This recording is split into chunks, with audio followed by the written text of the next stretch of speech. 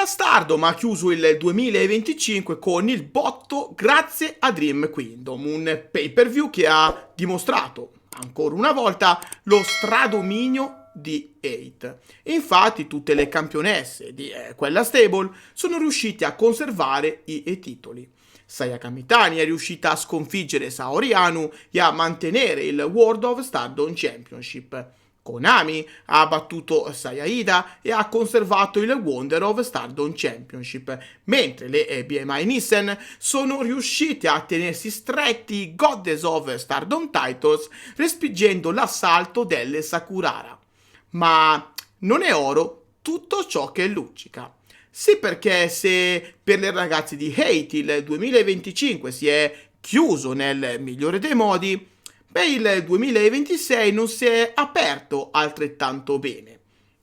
Sayaka Mitani ha dovuto far fronte ad una sconfitta cocente contro Shuri a Wrestle Kingdom 20, mentre le BMI Nissen e Konami saranno a breve chiamate a difendere ancora una volta le loro preziose cinture contro delle avversarie particolarmente agguerrite e pronte a tutto per dimostrare che Hate non è poi così imbattibile.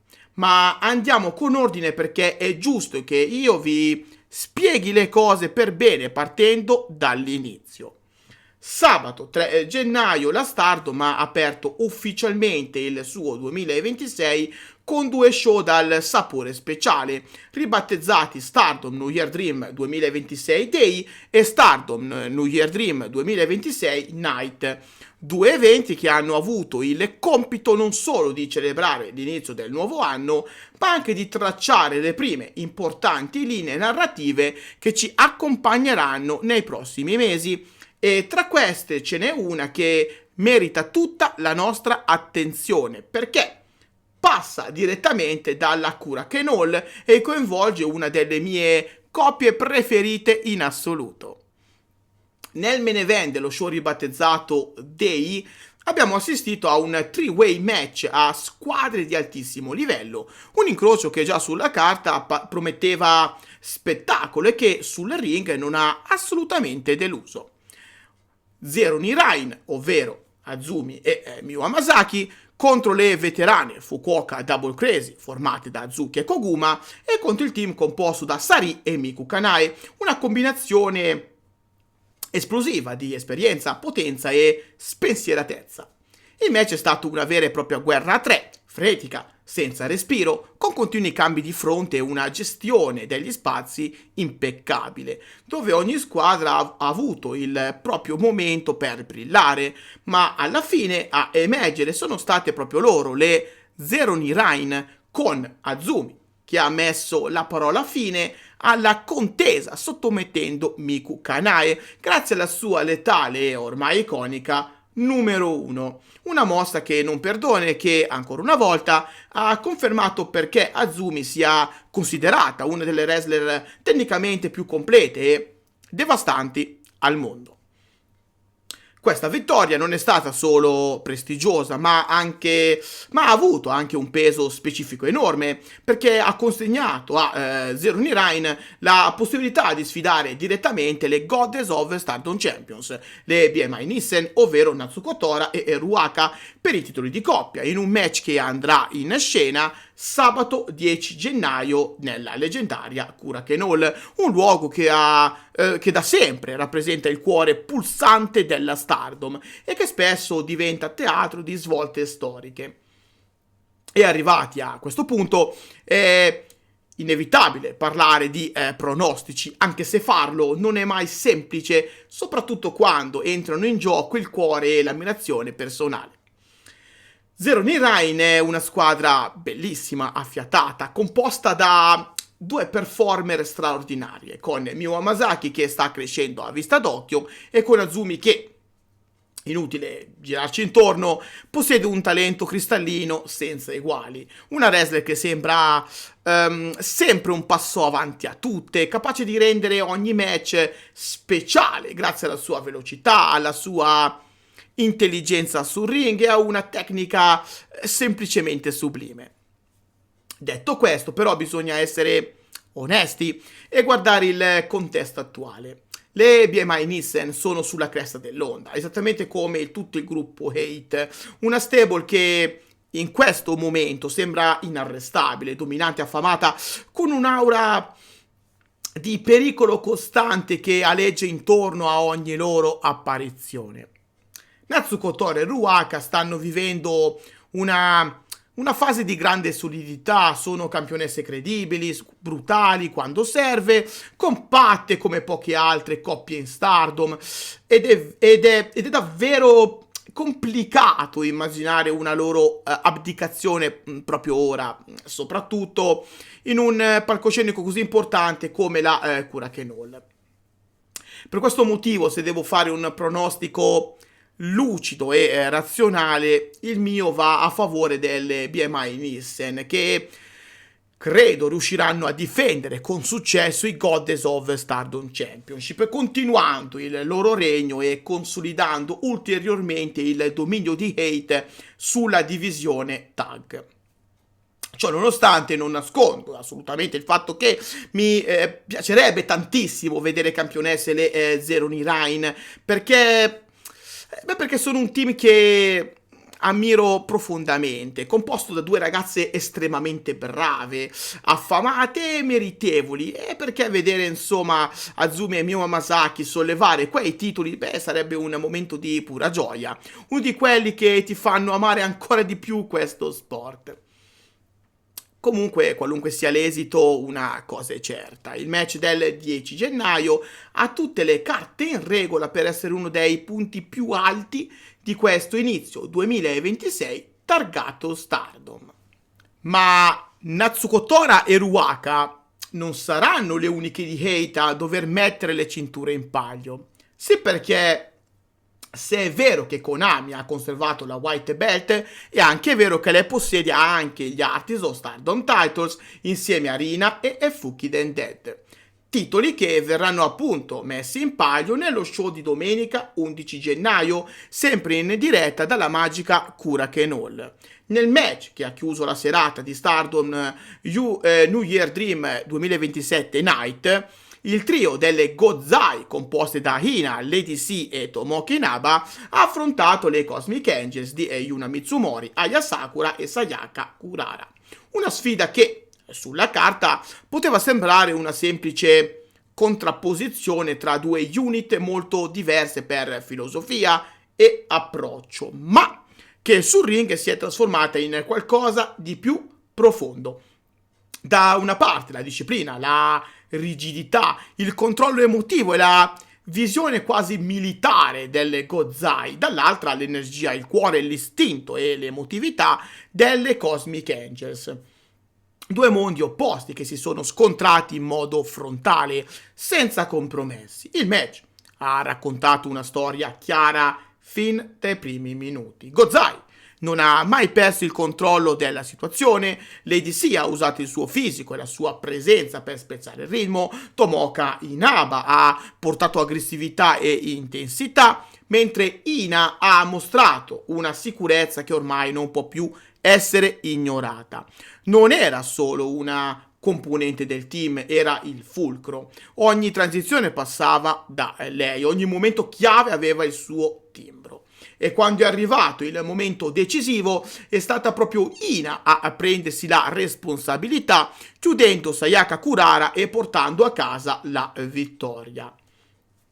Ma quello che è successo dopo il suono della campana è stato forse ancora più importante del match stesso, perché Ina non si è limitata a festeggiare, non ha sorriso, non ha esultato in modo eccessivo, ha preso il microfono, ha guardato dritto davanti a sé e ha parlato come parlano solo le wrestler che hanno capito esattamente chi sono e dove vogliono arrivare.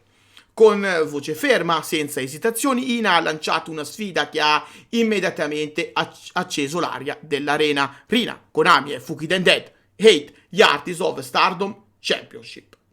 Korakuen Hall, domenica 11 gennaio. In quel momento non era più solo una sfida titolata, era una dichiarazione di guerra. Era il tentativo di Gozai di strappare il simbolo del dominio dalle mani della stable più pericolosa, più solida e più in forma dell'intera Stardom. Ina ha promesso che il 2026 sarà l'anno delle Gozai e parole del genere, dette così, non possono essere ignorate.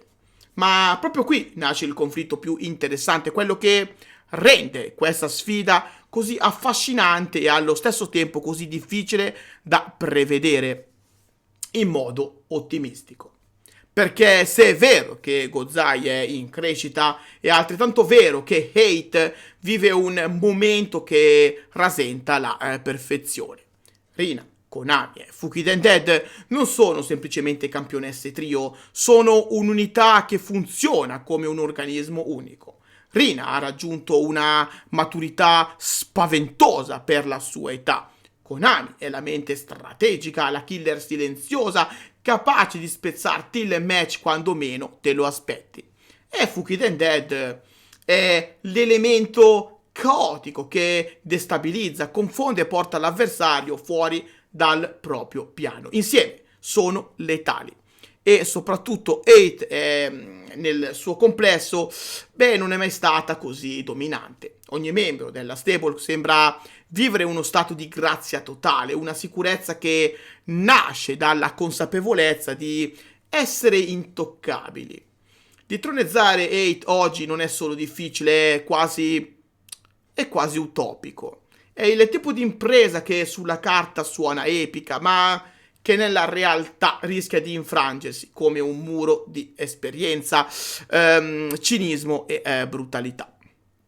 Pensare che proprio ora Rina, Konami e Fukiden Dead possano perdere gli Artists of Stardom Title sembra più un sogno che qualcosa di realmente tangibile. E questo rende la sfida di Ina ancora più interessante, perché non nasce da una posizione di superiorità, ma da una fede incrollabile. Ina crede per davvero che il 2026 debba essere l'anno delle Gozai.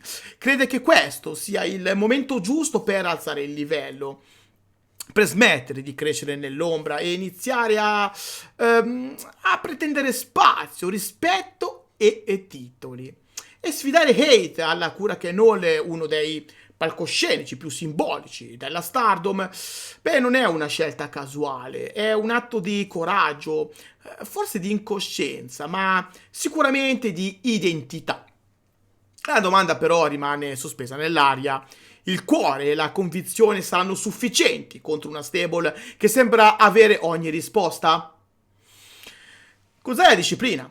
Ha struttura, ha idee chiare, ma Hate ha qualcosa di diverso. Ha fame, ha rabbia, ha quella cattiveria necessaria per restare al vertice quando tutti ti danno la caccia. E per Rina, in particolare, affrontare sua sorella gemella Ina in un contesto titolato con gli Artists of Stardom Championship in palio aggiunge un livello emotivo che può diventare sia una spinta sia un peso. Domenica 11 gennaio alla Korakuen Hall non vedremo semplicemente una difesa titolata, vedremo una prova di maturità per Gozai e una conferma di dominio per Hate. Vedremo se il 2026 può davvero iniziare con un cambio di paradigma o se ancora una volta il regno dell'odio, della durezza e della spietatezza continuerà a regnare incontrastato. Perché sognare è facile, detronizzare Hate in questo momento storico però è tutt'altra cosa. E forse è proprio questo che rende la sfida così affascinante. La kermesse di domenica però non si ferma qui. Al suo interno ci sarà un'altra sfida titolata che coinvolgerà sì due atlete della Stardom che però battaglieranno per una cintura internazionale. Sì, perché Hazuki difenderà il Japanese Women's Championship contro Mei Seira in un match che non nasce dal nulla ma affonda le sue radici in un momento ben preciso della storia recente della Stardom, ovvero Crimson Nightmare dello scorso 3 novembre, la notte in cui Mei Seira, allora High Speed Champion, riuscì a respingere l'assalto di Hazuki in un match velocissimo, intenso, combattuto sul filo dei nervi e del rispetto reciproco. Un incontro che non si concluse con rancore o polemiche, ma con un accordo non scritto. La promessa che la prossima volta che le due si fossero incontrate in palio ci sarebbe stato il Japanese Women's Championship, e quella promessa oggi sta per essere mantenuta. Nel frattempo però lo scenario è cambiato in maniera drastica, quasi crudele, perché il 24 dicembre, durante lo show natalizio della Stardom, Mei Seira ha perso l'High Speed Championship contro Yuna Mitsumori, rimanendo improvvisamente senza alcuna cintura, spogliata di quel simbolo che per mesi aveva rappresentato la sua identità, il suo status, la sua ascesa definitiva tra le stelle della compagnia. Ed è proprio qui che questo match assume un peso ancora maggiore, perché per Mei non si tratta solo di una nuova opportunità titolata, ma di una necessità, di un bisogno quasi viscerale di tornare campionessa, di dimostrare che la caduta di dicembre non è stata l'inizio di un declino, ma soltanto una battuta d'arresto lungo un percorso destinato a riportarla in alto. Il Japanese Women's Championship diventa quindi il suo obiettivo primario, il primo gradino per risalire, e farlo contro Hazuki avrebbe un valore enorme, simbolico, quasi catartico. Dall'altra parte però c'è una campionessa che non ha alcuna intenzione di fare da trampolino a nessuno, perché Hazuki non è solo una wrestler aggressiva, è imprevedibile, ma è anche una combattente che nel contesto della lucha libre sembra trovarsi sorprendentemente a casa, a suo agio, con i ritmi, con le transizioni rapide, con l'idea di un wrestling che non concede pause né respiro. Il suo regno come Japanese Women's Champion non è un caso, non è una parentesi fortunata, ma il risultato di una sintonia reale con questo tipo di stile, e affrontare Mei Seira significa per lei difendere non solo una cintura, ma la legittimità del proprio regno, la certezza di poter essere dominante anche contro una delle atlete più veloci e talentuose dell'intero roster. Questo match quindi è uno scontro tra due filosofie simili ma non identiche, tra due modi diversi di intendere la velocità e la pressione, perché Mei Seira è esplosione pura, creatività, improvvisazione, mentre Hazuki è ferocia controllata, ritmo asfissiante, cattiveria agonistica che non ti lascia scampo. Ed è proprio per questo che, guardando il quadro complessivo, io credo che questa volta sarà Hazuki a uscire vincitrice, mantenendo la cintura e portando questa rivalità su un piano di perfetto equilibrio, un 1-1 che profuma di grande storia futura. Una vittoria a testa, una caduta per entrambe, un punto esclamativo ancora mancante. Perché se a Crimson Nightmare fu Mei Seira a prevalere, e se domenica 11 gennaio dovesse essere per davvero Hazuki a difendere con successo, allora il destino di questo confronto sarebbe praticamente scritto, spingendo la Stardom verso una bella inevitabile, un terzo atto capace di decretare davvero chi sia la migliore tra loro. E a quel punto, perché non immaginare uno scenario ancora più grande, ancora più importante, un palcoscenico come Supreme Fight o addirittura All Star Grand Kingdom, dove questa rivalità potrebbe esplodere definitivamente davanti agli occhi di tutti, con un contesto adeguato alla qualità delle protagoniste e alla storia che stanno costruendo match dopo match. Hazuki che difende il suo regno, Mei Seira che cerca redenzione dopo aver perso tutto. Due percorsi che si intrecciano di nuovo, non per caso ma per scelta, per rispetto, per orgoglio. Domenica 11 gennaio non sarà soltanto una difesa titolata, ma un capitolo fondamentale di una saga che potrebbe accompagnarci per mesi. Dunque, nel prossimo weekend, targato Stardom, ci aspettano ben 3 match titolati di grande livello, dove alcuni dei titoli più importanti della compagnia saranno messi in palio. Le BMI Nissen difenderanno i Goddess of Stardom Championship contro Zero Rain. Rina, Konami e Fukiden Dead metteranno in palio gli Artists of Stardom Titles contro Ina, Lady C e Tomoka Inaba, mentre Azuki sarà costretta a difendere il Japanese Women's Championship dall'assalto di Mei Seira. 3 match, 3 titoli in palio. Avremo nuove campionesse? I troni delle attuali regine sono in pericolo?